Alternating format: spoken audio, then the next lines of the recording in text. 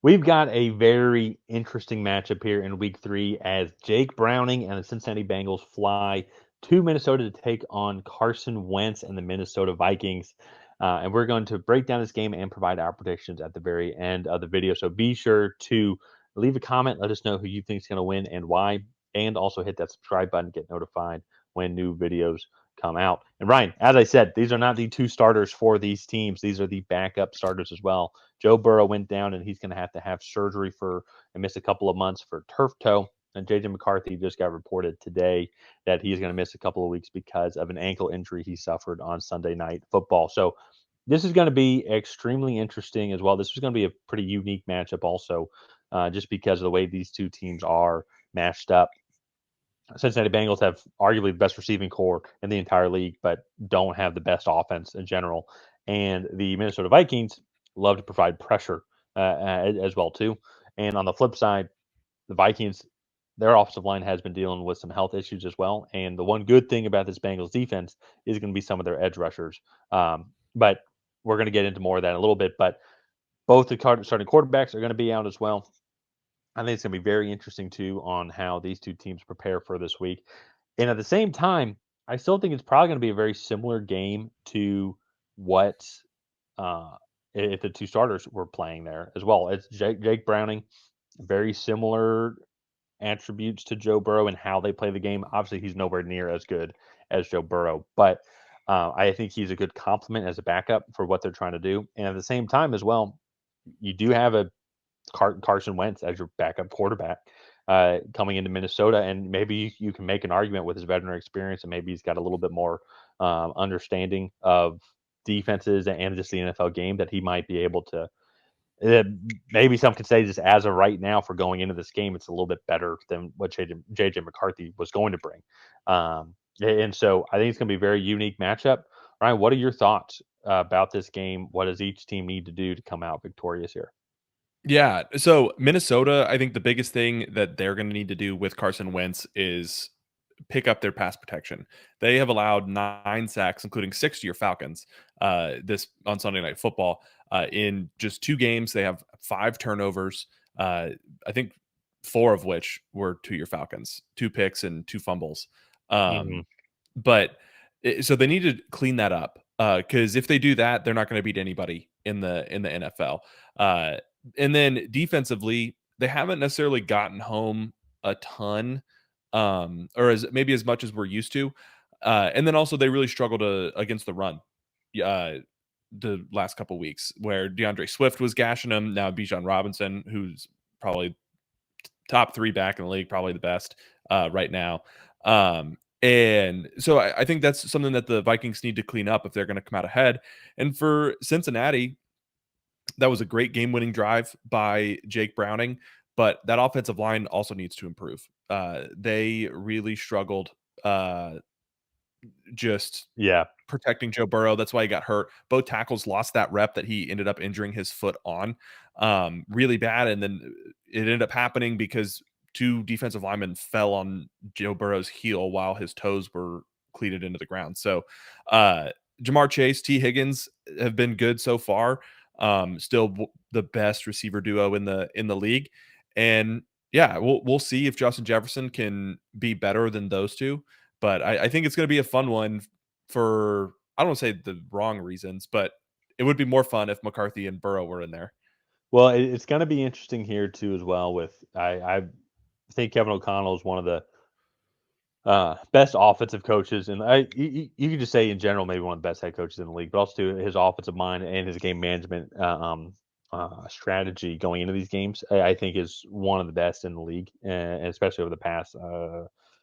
I forget how long he's been a head coach there. 6 years now, 5 years. It's he's really turned this team around offensively, and so Yeah. I think it's going to be. I think Carson Wentz is going to be absolutely fine slinging it to Justin Jefferson and that receiving room as well. They're going to be down a couple of people. Looks like they're especially in the offensive line, as you were saying there. So center Ryan Kelly and the left tackle Jason Skull, they're both in the concussion protocol. So I have to monitor their status throughout the week as this recording here on Monday afternoon. Aaron Jones, he is getting his hamstring reevaluated. More than likely, he will not be playing as well. And on the flip side, then here as well too for Cincinnati, the rookie defensive end Shamar Stewart, he ended up getting his ankle hurt as well, and he ended up leaving the game. So his status will also have to be monitored as well. And that's what I was saying earlier. If there was one, I think, good thing about this defense, but it was still that defensive front could still get after the quarterback. Trey Hendrickson still is one of the best edge rushers in the league, and then you have Shamar Stewart on the other side. So it's going to be interesting. Both teams are really dealing with the injury bug as of right now. Both teams have. I mean, we're going to be seeing the two best receivers in the league, maybe top three if you want to throw CD Lamb in there as well, and we all can have that debate. So it's going to be very unique on how these coaches strategize and dialing up blitzes, dialing up certain coverages against these potent offenses. To me, I wouldn't be surprised if what you're going to see here is heavy blitzes from Brian Flores as well. Try and make Jake Browning uncomfortable, really put pressure on this weaker offensive line. And I think on the flip side, then too as well, the Bengals, they still might be like, well, let's still rush forward because if this offensive line is weaker, they're going to be out their one of the veteran running backs in Aaron Jones, more than likely. Make Carson Wentz have to make the good throws into some tight coverages of against Justin Jefferson and company. So this is going to be a very unique matchup on how the styles play out here. And I think when it comes into predictions, I think the one thing is I'm going to hone in on just the amount of pressure that the Cincinnati offensive line puts on the quarterback here. And like already with Joe Burrow back there, now you got Jake Browning. I think on the road, I do believe Brian Flores is going to be dialing up these blitzes as well. I have to monitor the injury status as well too, because there were a couple other guys that ended up getting banged up at the end of the game on the defensive side of the ball for Minnesota as well. So I have to monitor just who's healthy, who's available before you go and make your pick this week. But for me, I think at home, I do like Minnesota in its capacity here. I think it's gonna be something. I think it's going to be interesting here on how the Cincinnati Bengals team offense goes in and manages the pressure that Brian Flores is about to bring. And at the same time, too, Carson Wentz, I think, is just as formidable, if not a more formidable backup than what Jake Browning's going to be able to do for Cincinnati. I think Jake Browning's benefit is that he's been in Cincinnati for so long. He knows the offense. He knows the timing with these receivers as he's gotten some serious play over the past couple of years. So I'm going to go with Minnesota here, but this is still going to be a very fun matchup, even if both teams were healthy. Yeah. I'm going to disagree. I'm going to go with Cincinnati. I think Trey Hendrickson is the best pass rusher in this game. The Vikings have given up the most amount of sacks of any team so far. That doesn't help that they have the two offensive line injuries right now.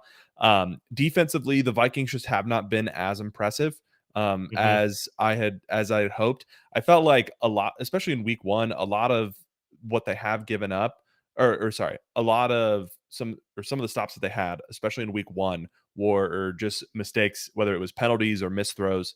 Where even like Caleb Williams, I go back to that DJ Moore play that where it should have been a deep touchdown, but he just overthrew him by a mile. So for me, I think this Cincinnati team is talented enough. Trey Hendrickson is good enough to take over on the defensive side of the ball. If Shamar Stewart can play, I think that really helps against the run as well. Yeah.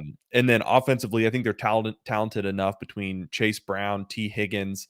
I forget the guy's name who made that incredible one-handed catch. Andre Yoshivas is there still. It's Mitchell Tinsley or Michael Tinsley. Yeah.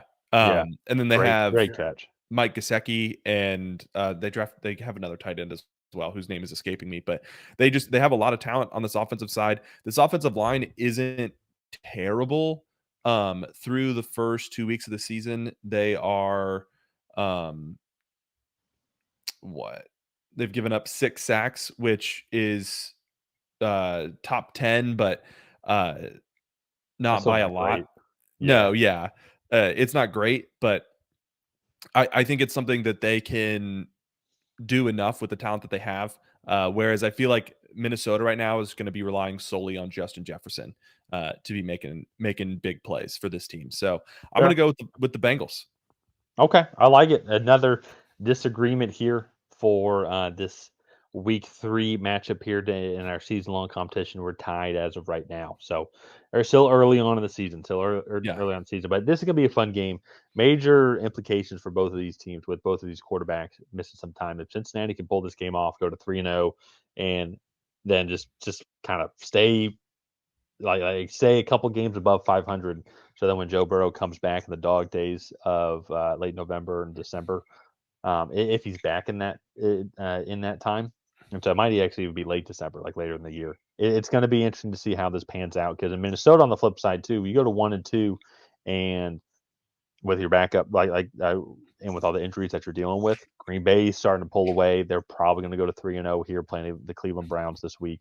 The Lions had a big bounce back game. Bears, I don't think anybody should worry about the Bears. And so, but this is a big game overall, just on the overall tides of how each season is going to look for both these teams.